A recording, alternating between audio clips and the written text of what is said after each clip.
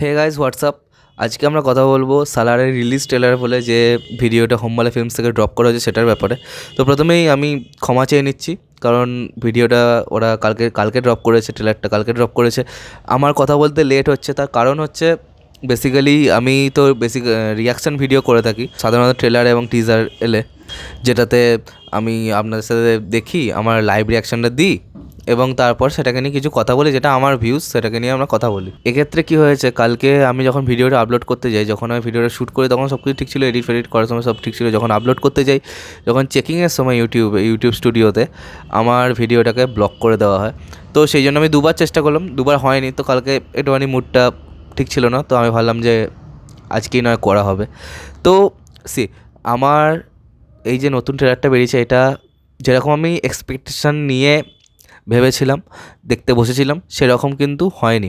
কারণ কি, যে সিনেমাটা 3 দিন বাদে বেরোচ্ছে, হ্যাঁ, তার রিলিজ ট্রেলার আমার মনে হয় খুব অ্যাকশন প্যাকড হওয়া উচিত ছিল, কিন্তু যেটা এখানে নয়। কোথাও না কোথাও এখানেও ওয়ার্ল্ড বিল্ডিংই আমি দেখতে পেলাম, কিন্তু আমি তো ভাই প্রভাসকে দেখতে চাই, তাই না? সেটা কোথায়? মানে ফুল অন প্রভাস শো দেখতে পাইনি ট্রেলারের মধ্যে অন্তত, এবং ভিজুয়ালি এই জিনিসটা খুব ভালো লাগছে। এবার অন্যদিকে প্রশান্ত নীল যে কেজিএফ এবং KGF 2 করেছে, তার যে সিনেমা সেটা দেখে পুরো বোঝা যাচ্ছে, এবং সার্টিফাইড কেন হয়েছে সেটা দেখেও এই ট্রেলারটা দেখে বোঝা যাচ্ছে, মানে ভায়োলেন্সের একদম ভর্তি সিনস আছে।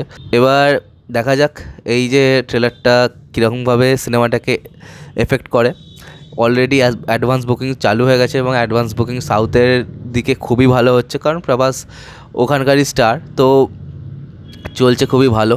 এবার প্রভাসের কিন্তু একটা বড়ো কামব্যাক খুবই দরকার, কারণ তার যে প্রিভিয়াস জিনিসগুলো যেরকম হয়েছে, রাধেশ্যাম থেকে স্টার্ট হয়েছে, রাধেশ্যাম, আদিপুরুষ এবং সাহো, এই জিনিসগুলো, এই সিনেমাগুলো একদমই কিন্তু কোনোভাবেই কিন্তু তার যে স্টারডমকে জাস্টিফাই করে না। কোথাও না কোথাও তার ফ্যান্সদেরকেও হতাশ করেছে। কিন্তু কি, সাউথের স্টারেদের একটা ব্যাপার হয় কি, যে তাদের ফ্যান্সরা খুব লয়াল হয়, ঠিক আছে, যে তারা প্রথম 3 দিন কিন্তু হলে ভিড় করে আসবেই, এবং যদি কন্টেন্ট মোটামুটি অ্যাভারেজও হয়, তাহলে কিন্তু সেটা একটা ব্লকবাস্টার ভার্ডিক্ট পেয়ে যায়। এবং যদি কন্টেন্ট ভালো হয়, সব কিছু ভালো হয়, মেকিং ভালো হয়, এবং ফ্যানদের লয়ালিটি সাথে থাকে, তাহলে সেই সিনেমাটা মানে অল টাইম ব্লকবাস্টার হওয়া থেকে কেউ আটকাতে পারে না, ইন্ডাস্ট্রি হিট হয়ে যায়। বাহুবলীর ক্ষেত্রে যেমন আমরা দেখেছি, RRR ক্ষেত্রে যেমন দেখেছি।